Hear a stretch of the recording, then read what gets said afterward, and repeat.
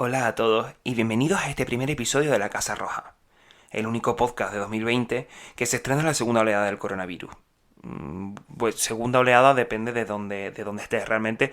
Aquí en Españita estamos viendo el segundo gran incremento de casos, tenemos a un mono borracho frente a la Comunidad de Madrid y todo el mundo está crispadísimo. Y en este ambiente de incertidumbre llega este podcast como, como un faro que ilumina el camino hacia la serenidad. Esto es broma, evidentemente. Llegamos tarde, esa es la realidad, pero no pasa absolutamente nada. Hoy tenemos un episodio estupendo con unos invitados que no podían ser de otra manera, estupendos también, donde hablaremos de ecología, el cáncer del capitalismo verde. Ahora en un momentito os voy a contar un poco de lo que vamos a hablar hoy y también de cómo nos vamos a organizar estos episodios que irán saliendo a lo largo de los próximos meses. Sin más dilación, yo soy Fabián y siempre he querido decir esto dentro intro.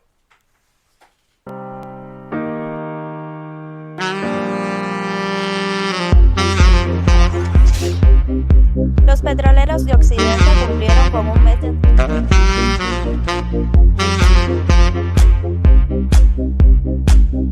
De los recientes ataques con cohetes contra la población y soldados israelíes. Yo sé que en estos momentos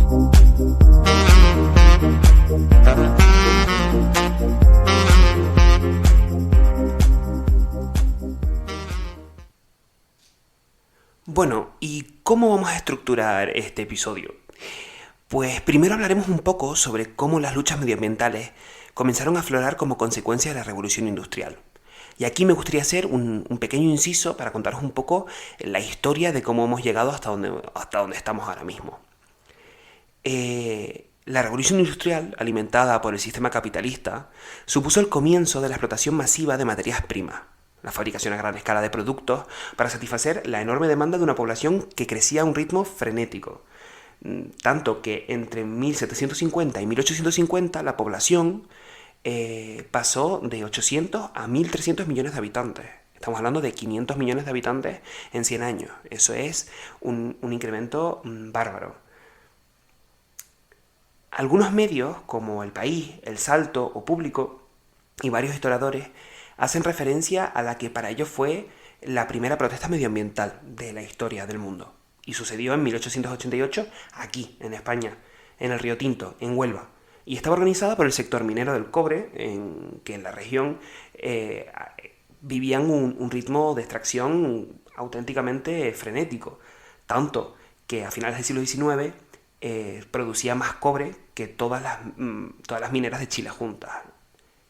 Sin profundizar mucho en cómo está organizado el sector minero, para no hacernos spoilers del episodio que se publica en 15 días básicamente, diremos que las condiciones no eran las óptimas. Trabajan niños de 14 años, horroroso. Pero, para centrarnos en el tema del que hablamos hoy, una de las causas de las protestas tenía que ver con la quema del mineral a techo descubierto, que envenenó los cultivos, mató el ganado y enfermó a los trabajadores y sus familias. La protesta ha trascendido realmente por desembocar en un asesinato de un número aún no determinado de mineros durante las protestas a mano de las autoridades de la Primera República Española. Aún hoy no se conoce con certeza el papel que jugó la empresa, mitad británica, mitad germana, que había rescatado a la República de la bancarrota con la compra de la explotación minera de la cuenca del Río Tinto. La contaminación ambiental que había generado la revolución industrial, el crecimiento de las regiones urbanas que acogían la rápidamente creciente población europea y mundial, desembocaron en el surgimiento de un movimiento en varios países, pero del que queremos hablar hoy es el movimiento alemán, que es el precursor, que fue denominado Wandervögel, que son los pájaros que caminan o los pájaros migrantes, que tenía una gran presencia juvenil y también del entorno educativo, docentes, monitores, también se coló algún político, algún filósofo, que reclamaban la vida tradicional, las costumbres, el folclore popular y todo aquello que la revolución industrial les había arrebatado. Posteriormente hubo 3 escisiones, pero realmente podemos hablar de dos grandes grupos del movimiento. Lo que se consideraron los jóvenes y los mayores o viejos. Los jóvenes empezaron a reivindicar otros estilos de música, una vida autosuficiente, y serían los que después de las guerras tomaron rumbo a Estados Unidos para ser la semilla germinadora de lo que luego sería denominado el movimiento hippie. Con ello, el nacimiento de las políticas ecologistas dentro del sistema capitalista, como el Partido Verde de Alemania, que nació en 1951, y con ello el primer partido político con un programa profundamente ecologista de la historia, unido al fuerte crecimiento de la industria nuclear, las primeras evidencias del cambio climático, los desastres ecológicos de la URSS, el agujero de la capa de ozono del que aparecieron las primeras evidencias, etc., generaron una expectativa en la población de que sus líderes políticos se posicionasen al respecto. Y fue ahí cuando la izquierda asumió el rol del defensor del ecologismo. Hasta ese momento existía una realidad en la que parecía que la ecología era como una alternativa a la izquierda o la derecha.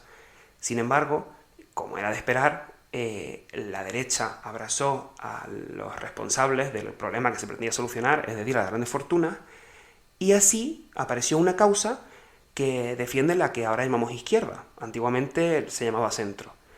Y hizo como lo que hace con el resto de sus causas, que es integrarla en la estructura del sistema capitalista.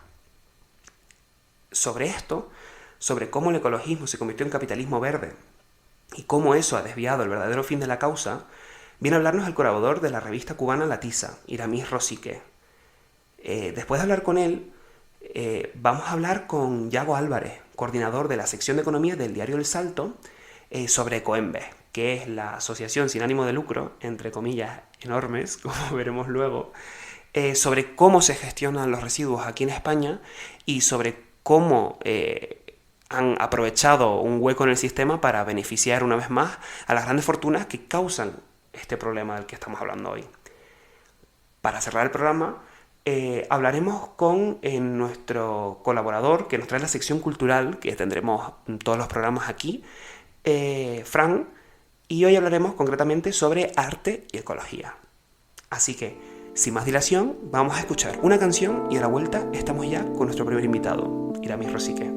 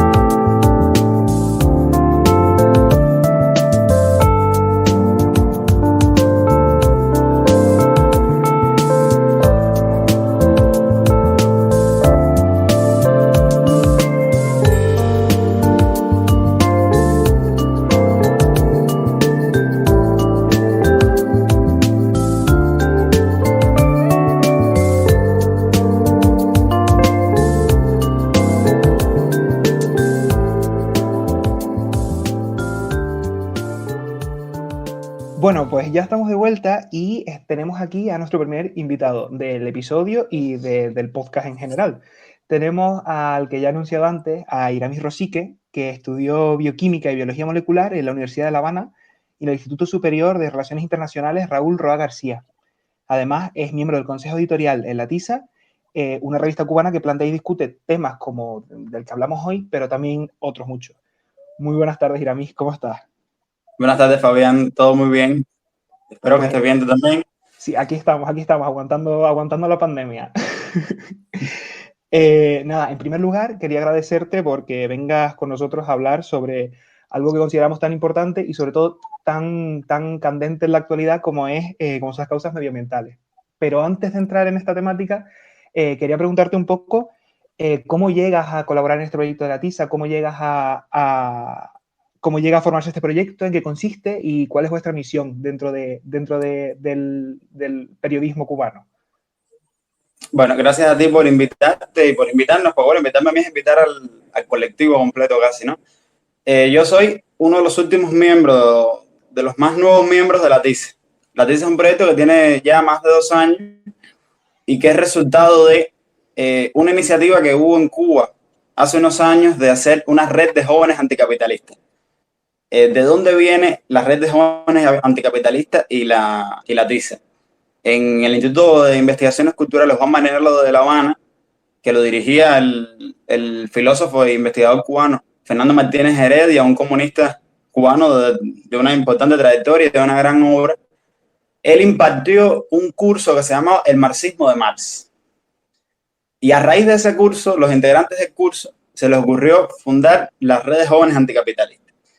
A raíz de esa red, al final no pudo fructificar, pero tenía un grupo de comunicación que fue lo que quedó más sólido, y a partir de ese grupo de comunicación de la red surgió la TICE.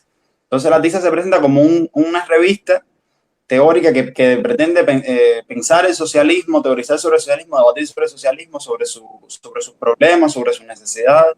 Y bueno, en eso estamos hasta ahora.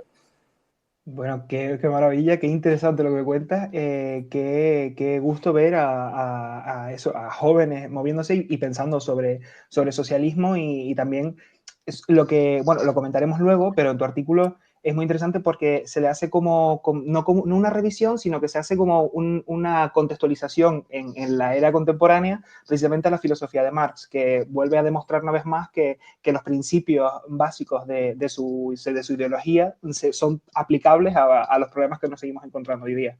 Así que muy, muy interesante. Tú escribiste un artículo del que básicamente nace la idea de este podcast. Yo me encontraba investigando acerca de la causa medioambiental y sobre cómo el capitalismo había conseguido dominar este área también. Entonces llegué a este trabajo tuyo que llamaste Comunismo y Ecologismo, en el que apuntas y comentas trabajos de varios autores. A mí me llamó especialmente la atención el trabajo del autor John Delamy Foster en el libro La ecología de Marx, materialismo y naturaleza. Yo no conocía su trabajo, a raíz de tu artículo me leí el libro y bueno, fascinante el análisis completo que hace de la causa medioambiental. A raíz de aquí te lanzo la primera pregunta. Bueno, lo primero de lo que quiero que hablemos un poquito, si te parece bien.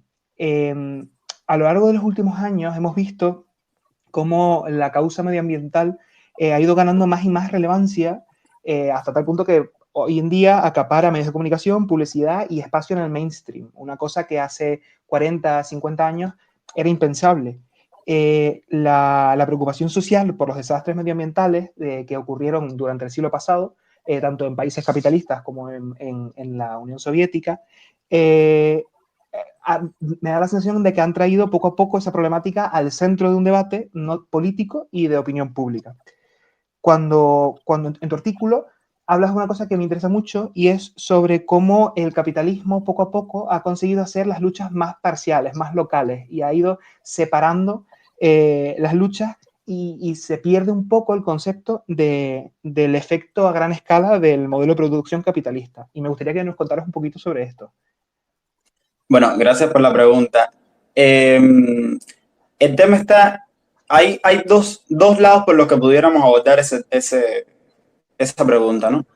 Por un lado está el tema de la hegemonía, cómo la hegemonía cultural de la burguesía, cómo el capitalismo logra todos los impulsos subversivos que constantemente están surgiendo de los grupos subalternos y producto de las contradicciones propias del capitalismo, cómo logra apropiarse de ellos y quitarle el filo subversivo. Entonces, es donde tenemos todo esto del capitalismo verde, todo esto de los ecologismos reformistas que se cuestionan el modo de consumo, se cuestionan el modo de distribución, pero no se cuestionan al modo de producción y no ven la hostilidad hacia el medio ambiente y hacia la vida en general como un problema del sistema.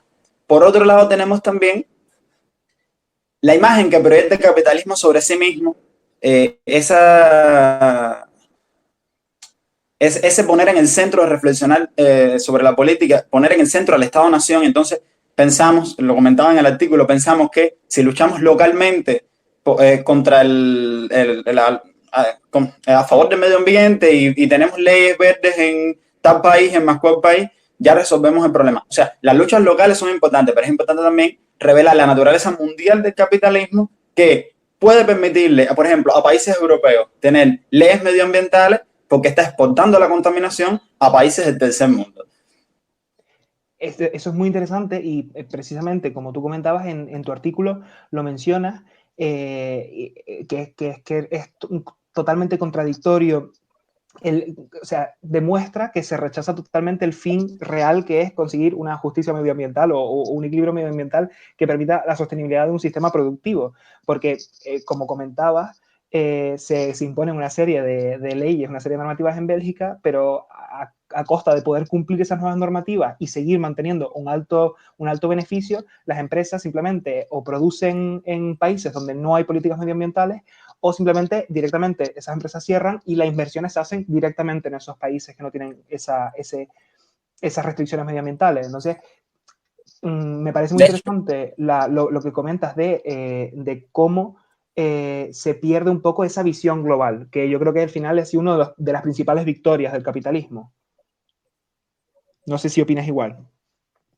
Sí, de hecho, ese ejemplo en particular es muy homólogo, es muy parecido, por ejemplo, al tema del estado de bienestar. Donde decimos, bueno, hay un capitalismo humano, hay un capitalismo donde sí hay derechos, donde sí hay posibilidades para todos, pero a costa de que la época de oro del estado de bienestar está bien, hay unas leyes obreras, hay una protección de las personas y hay una determinada sociedad humana en Europa, en Canadá, en Japón, pero todavía las maquilas en México tienen condiciones de semiesclavitud del siglo XIX, o sea, hay un África, o sea, a costa de que unos pocos países pueden tener derechos sociales. Y entonces el capitalismo no hay capitalismo humano, porque ese mismo capitalismo extrae del sur la riqueza y mantiene a los del sur en condiciones del siglo XIX, en condiciones del siglo XVIII. Precisamente, hablando sobre esto, tengo otra pregunta por aquí en la que te quería preguntar sobre si realmente es posible hablar de una lucha medioambiental a nivel global sin hablar de luchas de clases. Y creo que me estás contestando que no, porque mientras sigamos teniendo unos países productores y unos países que consumidores, que es donde los países consumidores son los que, como tú dices, pues tienen ese capitalismo humanista donde hay una serie de derechos, hay una serie de una dignidad de vida y una serie de condiciones a costa de la explotación de países del sur, pues de lo que tú has dicho, el sur de América, de Asia, de África.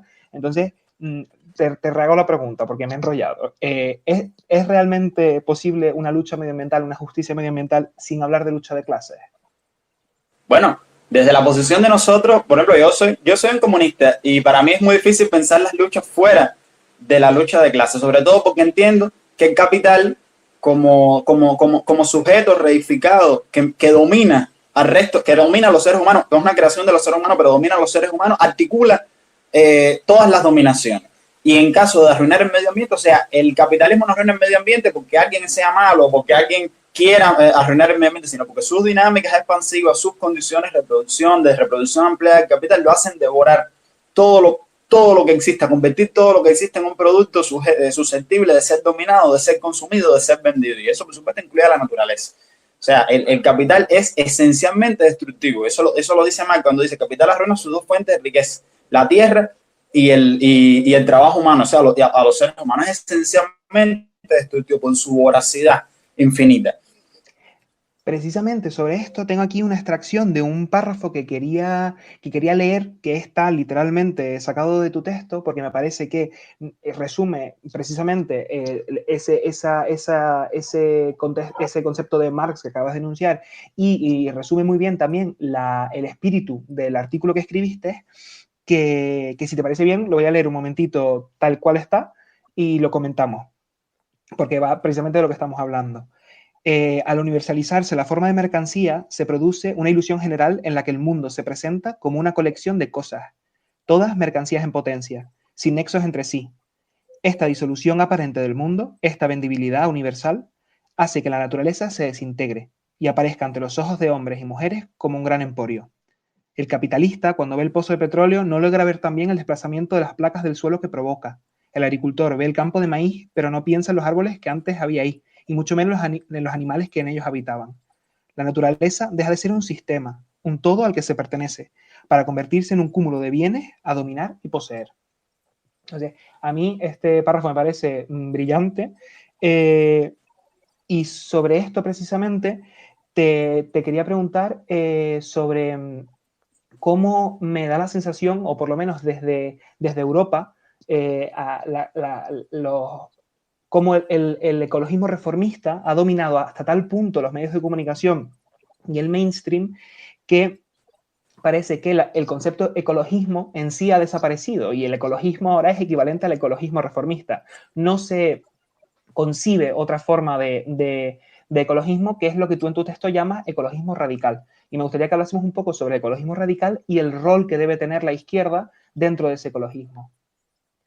Bueno, en las condiciones del mundo en el que vivimos luego de la caída del campo socialista, es normal que lo hegemónico en los movimientos sociales no sean las opciones anticapitalistas. O sea, si hace 50 años estábamos llenos de esperanza y veíamos el fin del capitalismo al doblar de la esquina, del año 1991 hacia acá, es muy difícil imaginar el fin del capitalismo. O sea, eso es una frase que se ha dicho mucho, que ya no se sabe ni quién es el autor. Es más fácil imaginar el fin del mundo que el fin del capitalismo. Entonces, es normal que en el movimiento ecologista y en los movimientos sociales en general, el feminismo, el colectivo LGTBI, en los movimientos sociales en general, el anticapitalismo no sea hegemónico.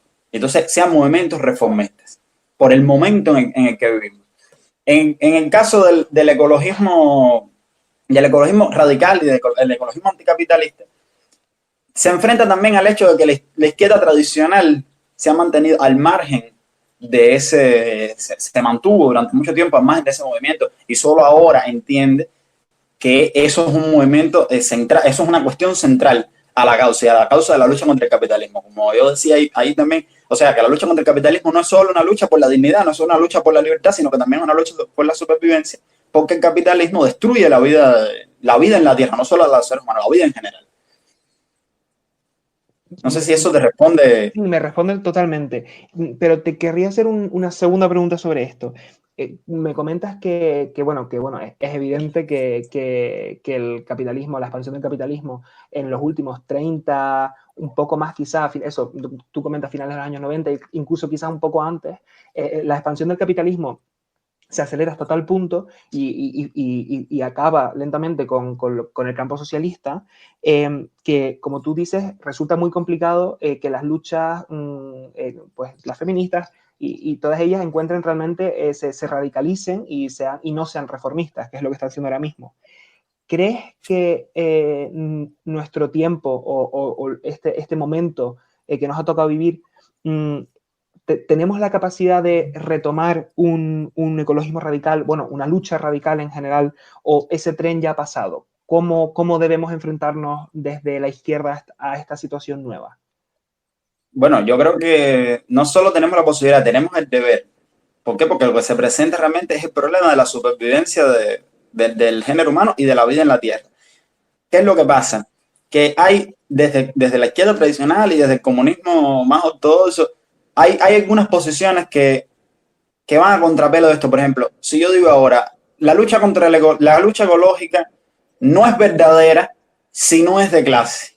O sea, tomo una distancia. O sea, yo podría pensar eso, que no es suficientemente radical. Pero realmente mi deber como comunista no es tomar distancia y decir, bueno, y deslegitimar la lucha. Bueno, ustedes no son reales si no es lucha de clase también. Mi tarea como comunista es ver cómo yo puedo hacer que la ideología, el proyecto anticapitalista sea hegemónico en esa lucha. ¿Cómo puedo hacer esa lucha parte integrante del bloque socialista, del bloque anticapitalista, del bloque que está luchando contra el sistema? ¿Cómo puedo radicalizar esa lucha? Y ya estoy hablando del ecologismo, estoy hablando de todas las demás luchas por la justicia, del antirracismo, del feminismo, del colectivo LGTBI en sentido general. O sea, la pregunta de nosotros los comunistas debía ser una pregunta sobre hegemonía. ¿Cómo nosotros hacemos hegemónico en ese colectivo y en esa lucha el pensamiento anticapitalista? Porque de momento esa lucha está funcionando bajo la hegemonía de la burguesía. O sea, la burguesía domina ahí. Vale, y como final me interesa mucho cómo cambia la percepción del movimiento ecologista o de la causa medioambiental Cuba respecto a España, porque nosotros aquí básicamente además de que vivimos con una serie de restricciones medioambientales a costa de lo que tú comentaste antes, de explotar recursos en países que no tienen esas restricciones. En futuros episodios vamos a hablar sobre la minería en Colombia y en el norte de Chile, para la producción de electricidad en Europa. Tenemos algunas cositas preparadas para evidenciar este tema, pero sí que me interesa cómo, con el paradigma de político tan distinto que tenemos en España frente a Cuba, ¿cómo se percibe allí esto? ¿Cómo la gente en el día a día, cómo se percibe la lucha medioambiental? ¿Notas una distinción a lo que yo te estoy contando? Bueno, en el caso de Cuba, el tema medioambiental es complejo. ¿Por qué? Porque nosotros, o sea, es política de Estado la protección del medio ambiente. O sea, es parte del programa del partido del gobierno. De hecho, Cuba es uno de los países que ha cumplido los objetivos de desarrollo sostenible. O sea, para nosotros está claro, te enseñan en la escuela, en todos los niveles escolares, hay una insistencia en el tema del medio ambiente. Además, porque para Fidel era muy importante ese asunto. Pero nosotros nos enfrentamos a la disyuntiva de que nosotros somos un país subdesarrollado, además económicamente asediado, entonces nosotros necesitamos desarrollarnos. Y estamos solos en el mundo porque el bloqueo norteamericano es un freno real al desarrollo y nos aísla desde el punto de vista comercial. Entonces, nosotros estamos permanentemente en la tensión de sobrevivir y proteger el medio ambiente, porque, por ejemplo, tenemos que darle entrada a la industria turística. La industria turística es muy agresiva con el medio ambiente en muchos aspectos, o sea, esa construcción tremenda de hoteles, el tema de la duna, de las reservas naturales. Entonces, nos vemos permanentemente en esa tensión. ¿Qué hacemos? Construir hoteles y comer o ser los que más observemos el tema del medio ambiente. Aún así, los programas de desarrollo en Cuba tienen un gran componente de sostenibilidad. Pero esa es la disyuntiva del proyecto cubano. O sea, sobrevivir, porque bueno, la revolución mundial no llega. Si la revolución mundial llegara, a lo mejor decíamos, bueno, ya las fábricas están en Europa, están en Estados Unidos, están en Japón, no hace falta fábricas en Cuba. Pero bueno, eso no es verdad, porque estamos solos y estamos así, entonces necesitamos vivir. Y esa es realmente la condición, la determinación objetiva más importante del tema medioambiental en Cuba. Aún así, cumplimos los objetivos de desarrollo sostenible. Perfecto.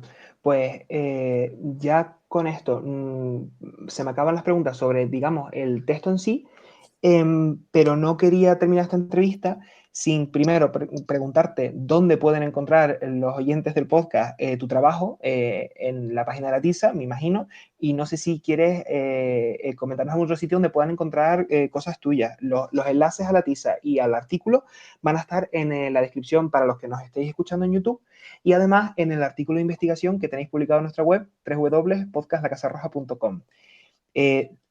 ¿Hay algún otro sitio donde podamos encontrarte, Iramis, en alguna red social, algo que nos quieras recomendar?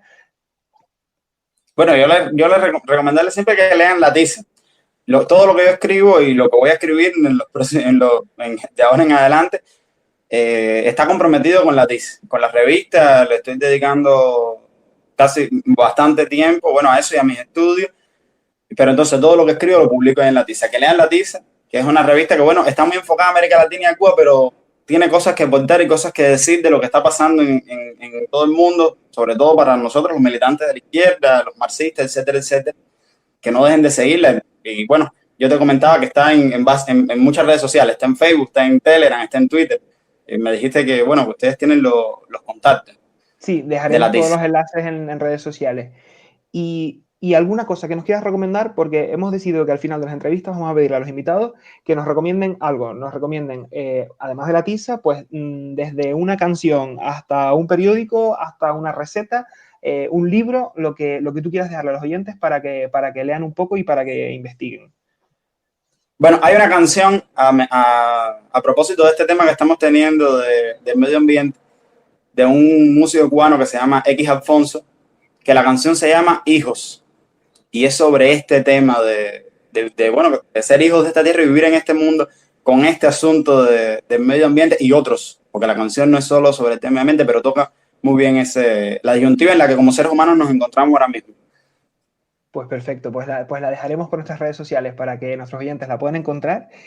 Y ya con esto despedimos este segundo bloque del podcast. Nos despedimos de Iramis. Iramis, muchísimas gracias por participar hoy con nosotros. Estaremos en contacto para el futuro porque, desde luego, el trabajo que estáis haciendo en la TISA es muy importante y, como bien dices, aunque vaya orientado a América Latina, desde Europa nos viene también bien entender la problemática a la que os enfrentáis, porque al final somos gran parte responsables de a los problemas que se enfrentan ustedes.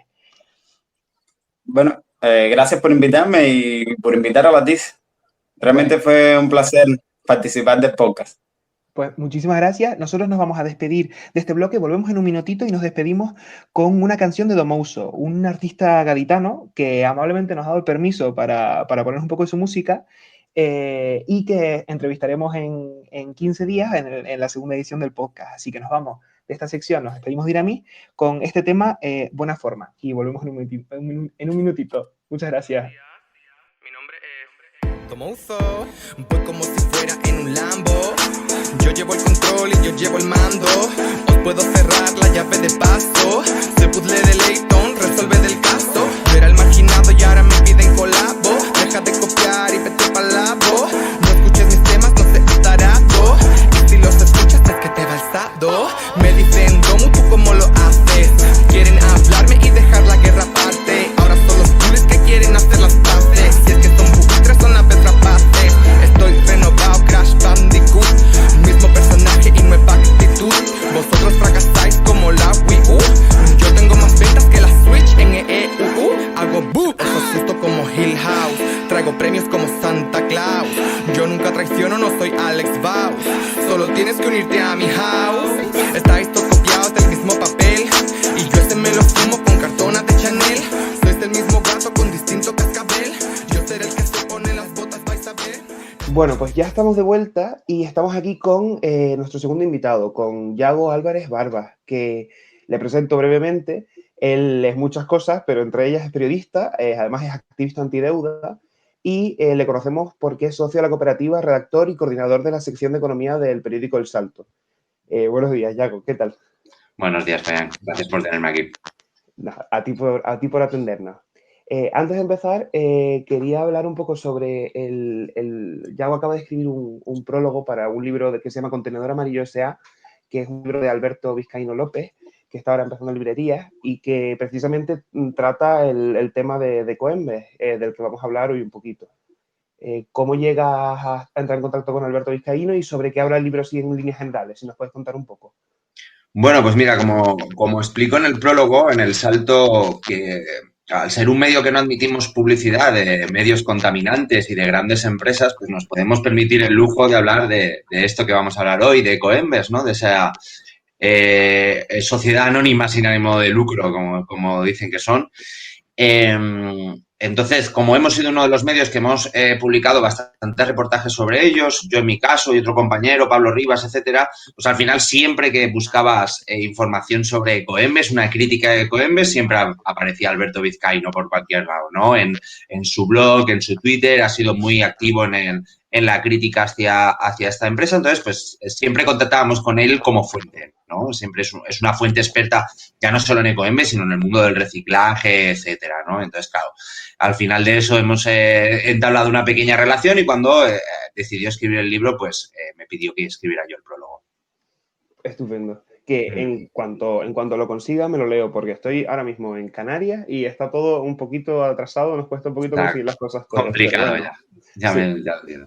Yo encontré tu trabajo en relación con Ecoembes, porque El Salto lleva una relación dándole latigazos a Ecoembes. El primer artículo que encuentro yo es de 2017, que es el primero que encontré yo, donde hablabais del sistema SDDR y sobre cómo había un caso en la Comunidad Valenciana en el que habían intentado, creo que sí, la sección de Podemos de allí con el PSOE, creo que habían intentado introducir el sistema SSDR o por lo menos abrir la conversación sobre por qué no se utilizaba otros sistemas de reciclaje como tal, y Ecoembes había reaccionado pues de una manera espectacular a través de, bueno, yo me he leído hasta unos informes que vienen en su página web en el que analizan con la Universidad Carlos III,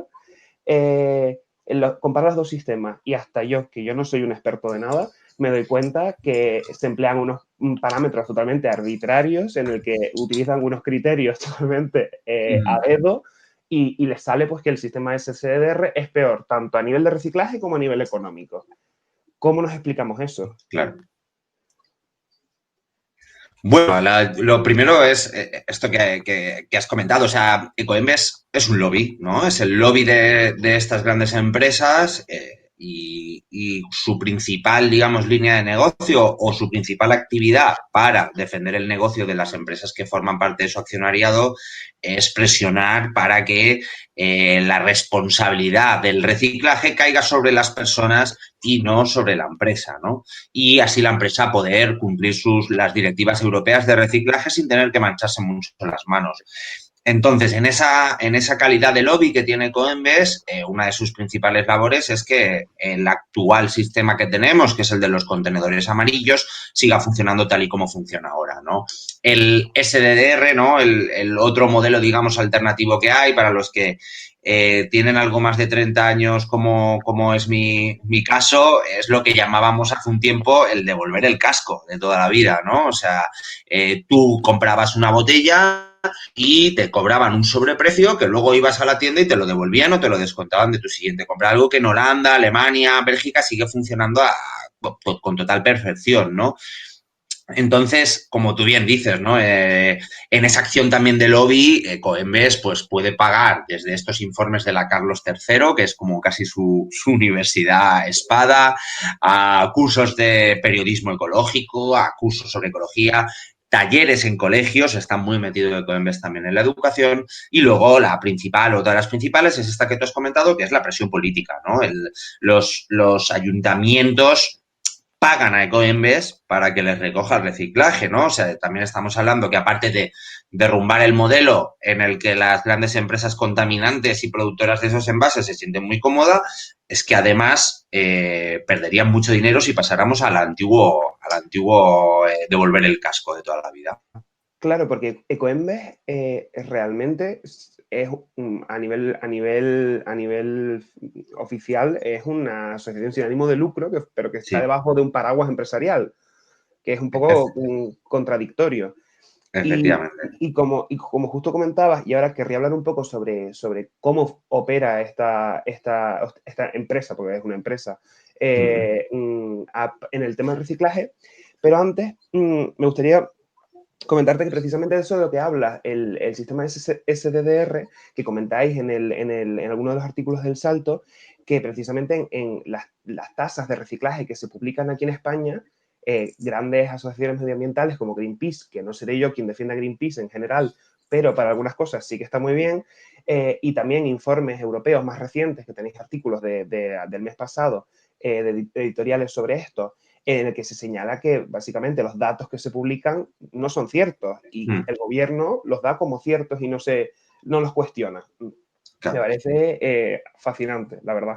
Claro, no existe una auditoría sobre lo que hace Coembes, o sea, nos tenemos que creer sus cifras y, de hecho, cuando se les ha forzado un poco, Coembes hace tan solo 3-4 años decía que ellos reciclaban como cerca de un 90% o algo así de lo que se produce, ¿no? Que solo hay que echar un vistazo a la calle para saber que esa cifra es mentira, mirar a cualquier parque, al suelo o mirar cualquier playa, ¿no? Para darnos cuenta de que esas cifras son totalmente falsas.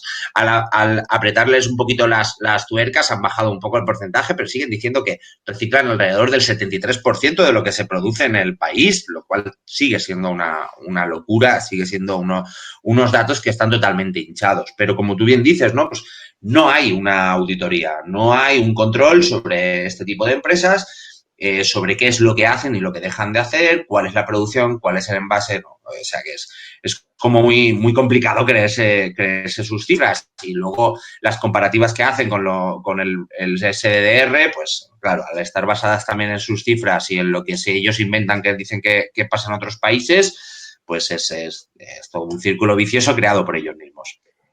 A mí me da la sensación de que han encontrado un hueco en el sistema y que pelean porque no se les quite ese hueco, en el que, y ahora cuando hablemos un poco sobre cuál es la operativa, digamos, paso por paso de Coembes, la sensación que da es que han encontrado un hueco que no quieren soltar porque básicamente es una fuente de beneficio con mínimo esfuerzo y mínimo riesgo, sobre todo, porque es una cosa gubernamental, una cosa estatal que se les asigna.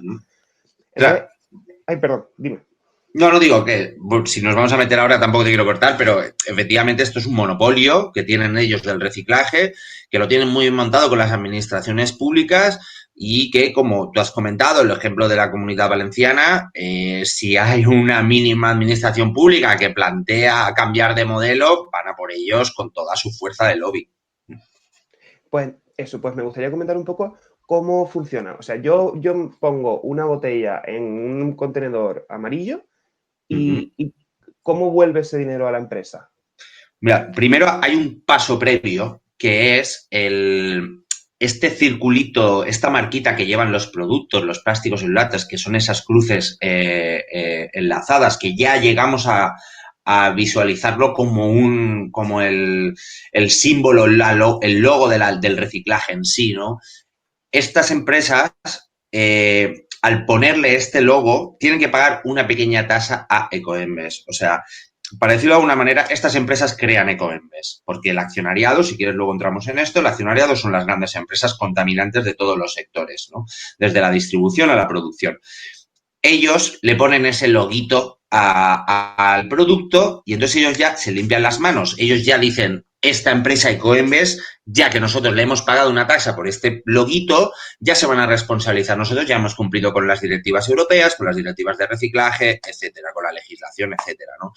Entonces, ese precio que se paga se incluye en el precio. O sea, tú como consumidor ya estás pagándolo al comprar el producto. Ya te han traspasado a ti ese precio. Tú ya lo has pagado.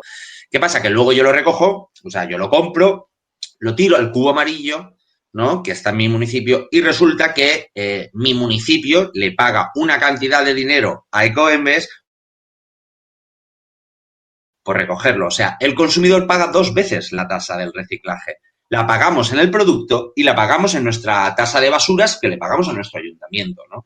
Entonces, ellos cogen dinero por parte de la empresa y ellos cogen dinero por parte de los ayuntamientos para hacer la labor de recogida, ¿no? Que eso sí que se hace, tienen sus camiones, sus plantas, etcétera, ¿no? Claro, es, como digo, primero mienten descaradamente en los porcentajes de cantidad del reciclaje y segundo lo están cobrando por 2 sitios, ¿no? Y luego es que a las empresas pagarlo o subir un poco el precio mientras se libran de la verdadera labor que tendrían que hacer de reciclaje, para ellos les sale gratis, pero gratis y ganan muchísimo dinero con ello.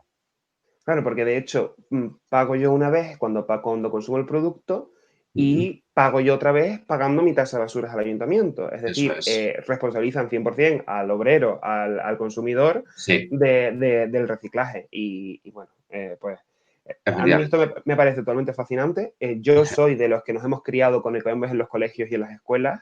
Y yo identifico el logo ese que tú me dices, las 2 flechitas, lo identifico con reciclaje automáticamente. Exacto. O sea, para mí no es el logo de Ecoembes, sino es totalmente. O sea, es que yo, de verdad, cuando me leía los artículos del Salto, decía, es que no me puedo creer. Es que me he vacilado toda mi vida. Fascinante, sí, de verdad te lo digo.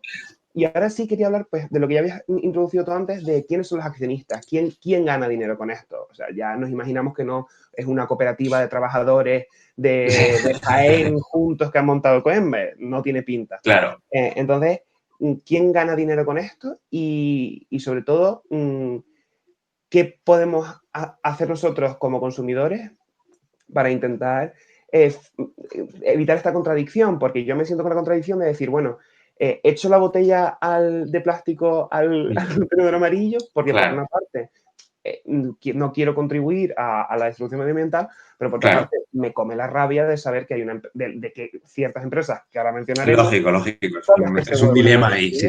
Como he explicado anteriormente, detrás de Ecoembes lo que hay son las grandes empresas.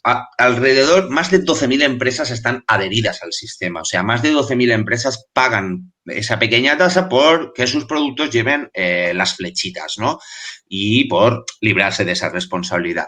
Pero solo unas 60 o algo más de unas 60 son las que conforman su accionariado. Y ahí está muy bien repartido. El 60% del accionariado de esta sociedad anónima sin ánimo de lucro lo forman lo que se llaman los grupos de los envasadores, ¿no? O sea, la gente que produce productos que van envasados, normalmente envasados de consumo, ¿no? Pero ahí tenemos pues, desde Danone, Nestlé, Procter & Gamble, ¿no? Que ya sabéis que hace desde champús a detergentes a chocolatinas, etcétera.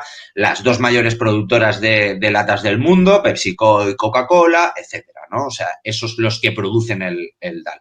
Luego hay otro porcentaje, un 20%, que lo harían lo que se llaman los grupos de materias primas, ¿no? Y aquí estamos todos los grandes lobbies o todas las grandes organizaciones de empresas que pagan, digamos que viven de que se produzca cuanto más material posible, ¿no? Aquí tenemos la asociación de la hojalata, de los envases de madera, por supuesto la conocida Tetra Pak, ¿no? La empresa de los Tetabricks, etcétera, ¿no? Y luego en la quinta parte, la otra parte, el otro 20% restante, lo llevan lo que son las cadenas de distribución, ¿no? Y aquí tenemos a Carrefour, tenemos al Campo, tenemos al Corte Inglés o tenemos a Mercadona, ¿no? O sea, lo tienen bien repartido en lo que es toda la cadena hasta que nos llega el producto a nosotros. Desde el que pone el aluminio hasta el que hace la lata, hasta el que te lleva la Coca-Cola a la estantería del supermercado, ¿no? Todos ellos se libran de esa responsabilidad gracias a Ecoembes.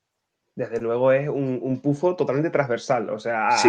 totalmente todas las partes de la cadena. Me parece, vamos, de vergüenza, evidentemente, Sí. y totalmente sorprendente. Y yo creo que la mayoría de la población no es consciente de esto, porque yo he ido escuchando y además, como he ido investigando sobre esto, ahora toda la publicidad que me sale es de Coembes. O sea, estoy ahora mismo inundado.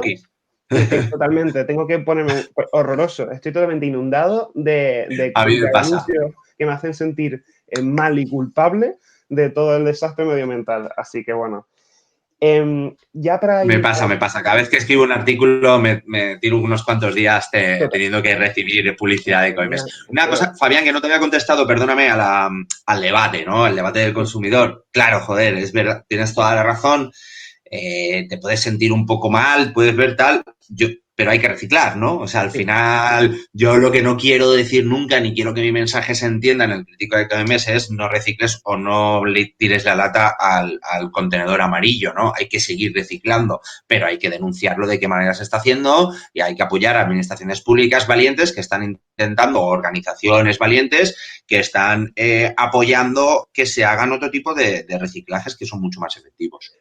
Precisamente eso, esa es la pregunta que te quería hacer un poco sobre cuál es el rol de las organizaciones gubernamentales, cuál es el rol que deben tener a la hora de adjudicar, digamos, porque esto son unas adjudicaciones que hace el Estado a una empresa, bueno, a una asociación sin ánimo de lucro, pero cuando vemos, o sea, realmente vemos que puede ocurrir un cambio teniendo en cuenta la presión tan grande que hacen, o sea, desde luego hay que apoyar esas administraciones que lo hacen, pero lo que yo estoy viendo y cuando yo investigo encuentro realmente pocos casos donde los ayuntamientos o sobre todo ciudades más grandes se enfrentan a esta situación.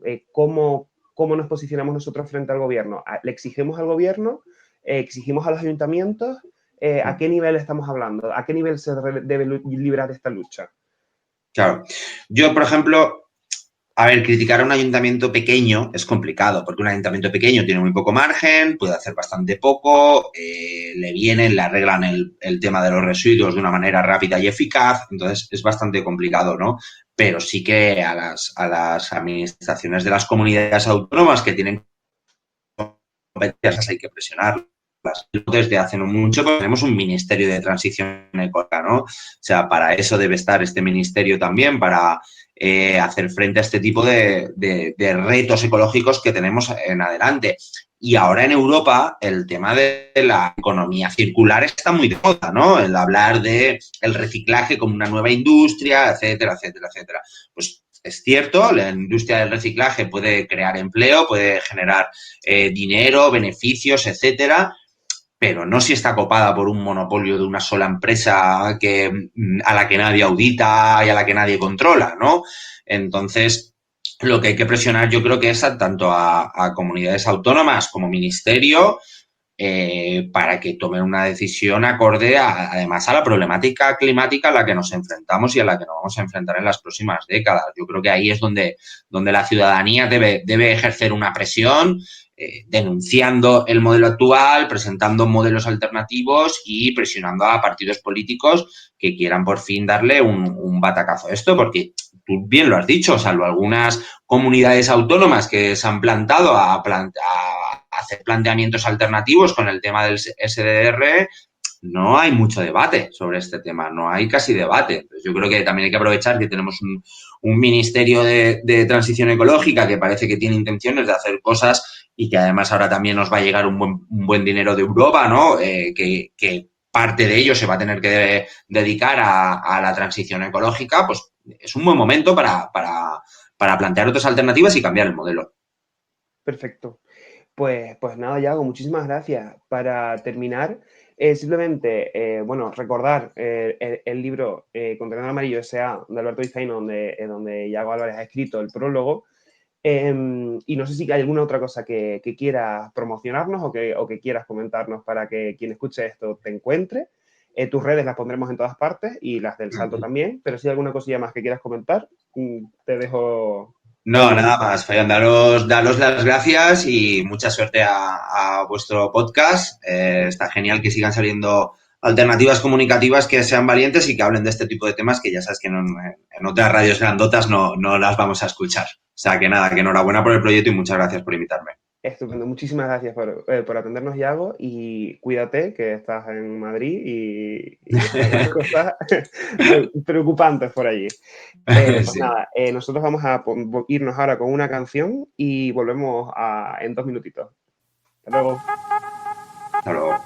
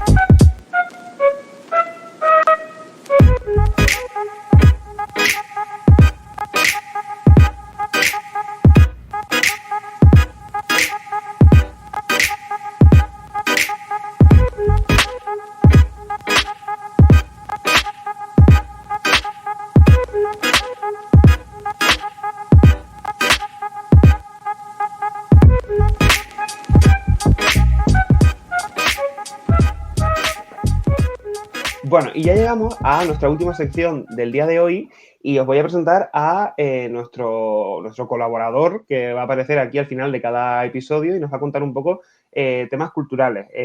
Él se llama Fran, pero también me ha pedido que le presente como Paca porque tiene en un alarde de ingenuo ha unido las palabras Paca y cultura y ha sacado el nombre de su sección que es Pacultura. Bienvenido, ¿cómo estás? Pues muy bien, muy nervioso. Estoy deseando empezar esta seccioncilla que espero que se repita en próximos capítulos y con muchas ganas de inspirar a la people, ¿no? Inspirar a la gente, que oiga todo el vertedero que es en mi cabeza y que saque alguna conclusión al respecto. Estupendo. Fran, básicamente, o Paca, lo que va a hacer durante las próximas semanas es contarnos al final de cada episodio, pues, un breve resumen de cosas culturales, o sea, libros, películas, lo que a él le apetezca realmente, porque él es el capitán de esta sección y yo no voy a ser el que me imponga en su visión creativa. Y nos va a recomendar un par de cosillas y, si quieres, te dejo directamente ya a ti para que nos cuentes lo que consideres. Pues muchísimas gracias. La verdad que con el tema de la ecología y el capitalismo me ha supuesto un poco de reto porque no sabía muy bien cómo afrontarlo. Es algo que a priori no puede tener relación con el arte, pero en cambio, repasando un poco todo mi background y cosas que he encontrado y que he buscado, sí, se puede encontrar una relación bastante antigua respecto al tema. Me gustaría empezar presentando un concepto filosófico que se llama lo sublime, se denomina lo sublime. Es una palabra que está muy usada en la de esta normal, en la jerga normal que tenemos muy banalizada. Cualquier persona dice, oh, esto es sublime, esto es increíble, pero esa palabra tiene un significado mucho más profundo de lo que a priori puede parecer.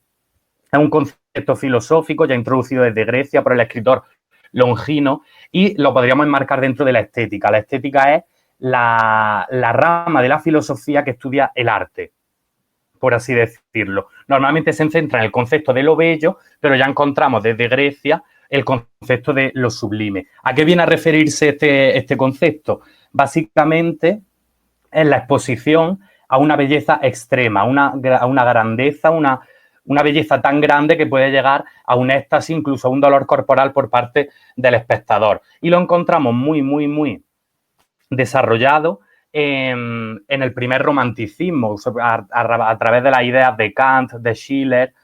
¿Y qué nos cuenta Kant? Diferenciando un poco lo bello de lo sublime, que mientras que lo bello es un acto contemplativo, lo sublime sería una experiencia que agita y mueve el espíritu a través del temor, del miedo. Básicamente, una experiencia que vives cuando la grandeza de la naturaleza te supera como ser humano. Estaríamos hablando de tormentas, de volcanes en erupción, de tempestades.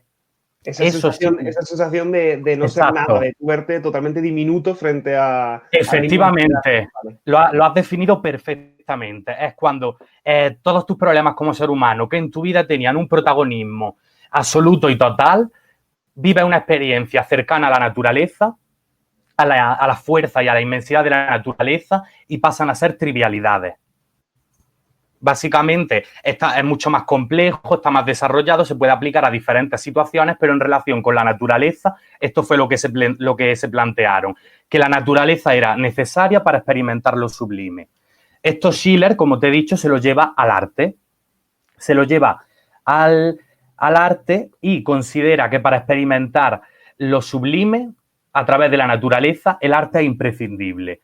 Porque dice, él nos comenta que el arte nos aporta todas las ventajas de la naturaleza y ningún inconveniente. Yo esto lo veo un poco cogido con pinzas porque realmente experimentar la naturaleza a través del arte de aquella época, imágenes, básicamente, cuadros, tablas, esculturas, pues es verdad que nos quita mucha parte sensorial, nos quita el estar allí, el olor, el sentirte sentirte diminuto, pero sí nos permite hacernos una idea. Entonces, en base a eso, surgen obras de arte interesantísimas y que son cumbre en la historia del arte. No estoy contando nada nuevo para quien conozca 3 o 4 cuadros famosos. Por ejemplo, tendríamos El caminante sobre el mar de Nubes, de Caspar David Friedrich, que es ese hombre que se encuentra ante un rompeolas y está dado de espalda al espectador, lo cual en su época fue bastante novedoso. Tiene otro cuadro increíble que es El mar de hielo, que parece como un glaciar rompiéndose, pero si te fijas hay un barco en el centro que se está hundiendo y casi fundiendo con ese glaciar. Y ya más adelante William Turner, un pintor inglés, le tomará el testigo en este sentido y comenzará a hacer cuadros que podríamos considerar paisajes, pero a la vez el inicio de la pintura abstracta. Cuadros como Tormenta de nieve sobre el mar, de 1842, Lluvia, vapor y velocidad, de 1844. A través de esa búsqueda de lo sublime en el arte, podríamos decir que nació una primera abstracción muy interesante. A priori son cuadros que son totalmente manchas de color, pero sí tienen ese punto figurativo de intentar pintar el fenómeno atmosférico. Tormentas de nieve, lluvia y vapor. Pues también Turner lo relaciona un poco con la revolución industrial. Ya te digo, es como un ecoarte, no se podría nominar de esta forma porque no existía el ecologismo en aquella época, pero sí que es un antecesor que considero bastante interesante y bastante directo. Avanzando ya en el arte, me ha parecido muy interesante mencionar el land art. El land art se trata de intervenciones en la naturaleza, intervenciones paisajísticas, hechas por autores que usando como lienzo y el propio paisaje intentan realzar o cambiar la perspectiva del espectador al enfrentarse a ese paisaje. Su finalidad es producir emociones plásticas en el espectador que va a esos determinados sitios, alterándolos. Esto realmente puede causar... Es complicado porque nos podemos encontrar artistas que son muy respetuosos con el paisaje, utilizan los mismos... Si allí van y se encuentran piedras, se encuentran tierra, esos son los mismos elementos que intentan modificar para crear una sensación en el espectador. pero ¿hasta qué punto se podría considerar esto ecologista? ¿Hasta qué punto es una línea muy delgada la diferencia entre alterar un paisaje y realmente crear una obra de lantar respetuosa? Vale. Es complicado porque podrían caer en lo que pasó, por ejemplo, con Chillida en la montaña esta de Fuerteventura, Tinfaya, creo que se llamaba. Sí. ¿Sí, Tinfaya? Creo que sí. Podría. Tindaya, perdón, lo he encontrado. Tindaya. Y es complicado porque la propuesta de Chillida era horadar la montaña entera para crear un espacio en el interior escultórico. Ahí no podríamos entrar en el land art, porque realmente es una intervención muy agresiva y que realmente lo que busca es colocar una escultura en el vacío de una montaña, horadándola. Por eso digo, pero realmente el land art más puro que podemos encontrar si son ejemplos de modificación paisajística que usa los mismos materiales del paisaje y realmente surge una obra muy interesante. Muy A ver, por ejemplo, debo decir, no conocía ni esta, vamos, ni el land art, o sea, me hago una idea de lo que me dices, pero bueno, luego me pondré a investigar un poco y a buscar imágenes. Sí, voy a dar aquí algunas recomendaciones porque realmente muchas de las obras de land art ya no se conservan. Vale. Porque lo que suele llegar a nosotros son fotos, son vídeos que documentan el proceso, pero sí podríamos decir que se considera una obra de arte efímero. El artista la deja allí y entre los elementos de la naturaleza y la intervención del ser humano puede haberse conservado y puede que no. Tenemos artistas como Alberto Burri, Ana Mendieta, una pareja de artistas que se llaman Cristo y Jean-Claude, y luego hay alguna a destacar de Robert Smithson. Tiene una que se llama Spiral Jetty de 1970 y en ella organizó rocas, tierra y algas en el gran lago salado para formar como un espigón, así un elemento que sobresale hacia el lago, pero con forma de espiral. Vale. Se cubría con el agua, o si subía la marea quedaba cubierto, si bajaba se veía, pero creo que a día de hoy no se conserva. Claro. Y vale. Después, así de otra obra de Smithson, pues tenemos Gravel Mirrored with Crash and Dust, de 1968, vale. Que existe dentro de una galería en un ambiente natural y la naturaleza queda descontextualizada para ser llevada a una galería. Vale. Y después, ya pasando, son los dos ejemplos así de arte plástico que más he podido encontrar relacionado con la naturaleza. Y me gustaría recomendar de libros, justo este año, ha venido al pelo este tema, porque justo este año el premio Fernando Lara de novela lo ha ganado el escritor Gonzalo Giner, un antiguo veterinario rural famoso por El sanador de caballos, un libro que publicó en 2008. Vale, sí. Sí, es bastante conocido. El sanador de caballos es creo que es un libro que todo el mundo ha conocido o lo ha tenido en casa. Y ha escrito este año y ha ganado este premio con La bruma verde, que se inspira en una aventura que se desarrolla en la cuenca del río Congo. Yo entiendo que él lo ha escrito en más estilo bestseller, más así, historia de literatura comercial, pero sí es verdad que encierra todos los problemas ecologistas que se están viviendo en esa cuenca del río Congo. Muy puesto al día, o sea, muy contemporáneo, porque ahora mismo el tema medioambiental está a la orden del día. Y me parece muy interesante. No sabía que el que había escrito El sanador de caballos estaba escribiendo sobre estos temas, pero vamos, que me parece una recomendación bastante interesante, la verdad. Claro, a mí me pareció increíble porque dije, este hombre que ha escrito El sanador de caballos lo promocionó el libro como una aventura ecologista. ¿Una aventura ecologista? Sí, me pareció como muy arriesgado, como muy alejado de lo comercial, y sí entiendo que lo que ha hecho es que nos va a presentar una historia totalmente comercial de estas aventuras que enganchan a madres y abuelas, que son las típicas compradoras de este tipo de libros, pero sí que tendrá ese trasfondo de los problemas que está viviendo el río Congo. Él ha decidido usar ese escenario y seguro que alguna idea interesante nos presentará, porque realmente hasta uno de los implicados es un activista medioambiental o un cooperante medioambiental que ha sido una cooperante medioambiental que ha sido secuestrada, está metida en la historia, una amiga suya quiere ir a rescatarla. Vale, pues muy interesante, pues lo dejamos apuntado. Sería entonces La bruma verde, ¿verdad? La bruma verde, de Bueno, Gonzalo apuntamos. Giner, ganadora del premio Fernando Nadal de novela. Estupendo. ¿Qué más tienes que contarnos? Pues ya traigo 2 películas. He decidido optar esta vez por la animación, tanto japonesa como estadounidense. Vale. Son 2 películas archiconocidas por todos, pero sí es verdad que tienen un relato ecologista muy conmovedor, tampoco caen en el infantilismo más puro y duro. Vale. Y creo que son películas que están muy bien hechas, que todos conocemos y que al hilo de este podcast merece la pena darle un repaso. Una de ellas es la archiconocidísima Princesa Mononoke, de Hayao Miyazaki. Vale. Esta es de 1997 y está ambientada en el Japón del periodo Muromachi y se centra en la lucha entre los guardianes sobrenaturales de un bosque y los humanos que profanan los recursos del mismo. Vale. Así, a priori podría parecer que no, que es una película lo mismo, de aventura, pero sí es verdad que todos conocemos que Hayao Miyazaki siempre tiene un trasfondo muy ecologista. De hecho, La película, el estilo de animación es fascinante. Bueno, la calidad de animación es increíble. Tú cualquiera, porque hay mucha gente que rechaza de pleno el anime. El anime o así la cultura manga. Creen que tiene así un cierto peyorativo. La gente que escucha este podcast no cae en esas trivialidades. Espero que no, desde luego, porque la calidad de animación es increíble. Una película que a mí me sorprendió ayer descubrir que es de 1997, creía que era muchísimo posterior. Y la verdad que es increíble. Todos conocemos eso, que Hayao Miyazaki es un ecologista japonés de pro. De hecho, él pensaba invertir el dinero que había ganado me suena esta historia, que él quería comprar una isla en Japón y hacer allí una reserva natural para campamentos infantiles. Bueno, me acabo de quedar flipando con que sea el 97.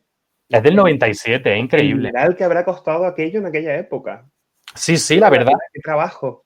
Sí, la verdad es que yo creo que no estaba hecha ni Toy Story, ¿eh? No, si es que eso es, vamos, totalmente. A lo mejor Toy Story un poquito anterior, no te lo sabría decir ahora exactamente. La 3 seguro que no. La 3, no, eso seguro que no. Y dentro de su producción, esta es la película donde más puro se puede ver esa vena ecologista de este autor. Vale. Y luego otra, que estoy seguro de que el 90% de la gente ha visto y si no tiene que ir corriendo, es Wall-E, de Pixar. Ah, hombre. Esa es increíble. La película sigue a un robot que se llama Wall-E, que está diseñado para recoger la basura que hay en la Tierra, pero esta Tierra es totalmente apocalíptica. Los humanos viven en una nave espacial de la cual se escapa un robot que se llama Eva. Bueno, no se escapa, la mandan a la Tierra, porque este robot que se llama Eva, en relación un poco a la primera mujer que pisó la faz de la Tierra, según el relato bíblico, tiene la función de buscar una planta, porque ya no quedan plantas. Claro, comprobar, era como comprobar que la Tierra era habitable otra vez, ¿no? Era como que Claro. el símbolo ese de que la planta representaba la habitabilidad, ¿no? Claro, efectivamente. Ella realmente no sé si lo que buscaban era...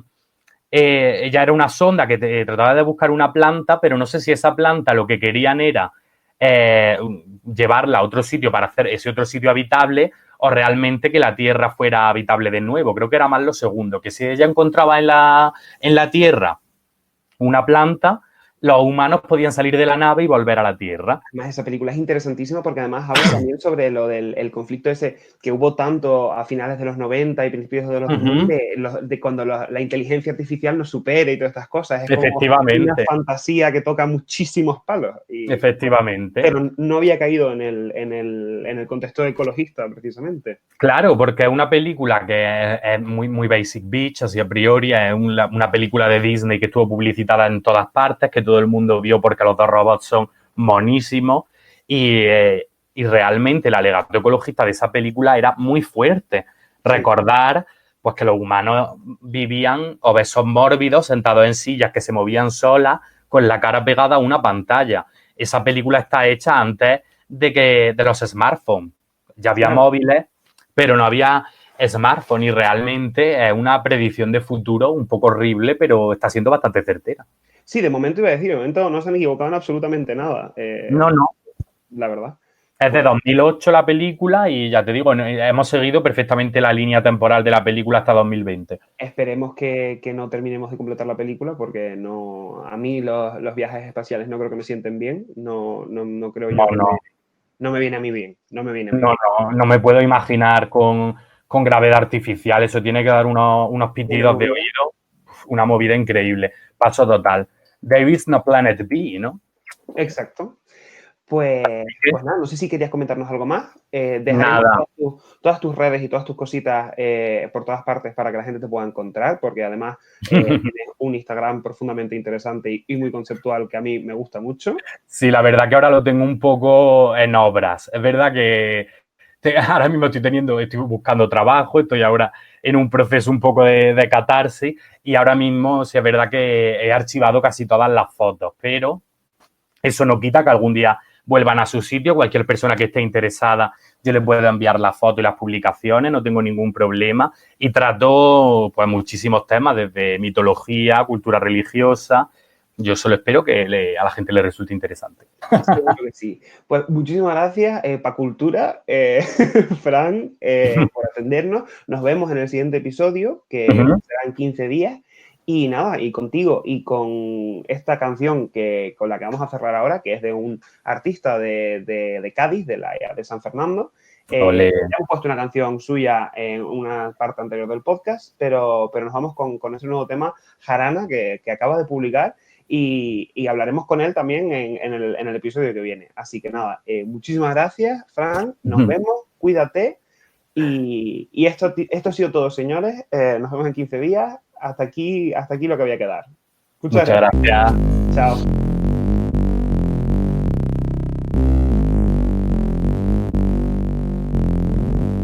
Me llaman.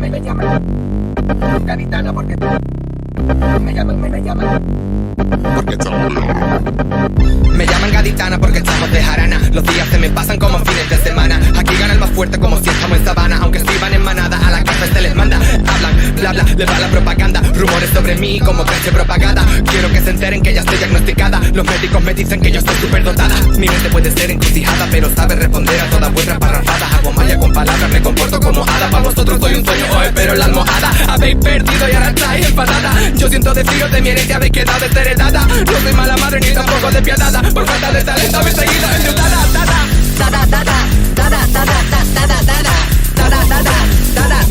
Para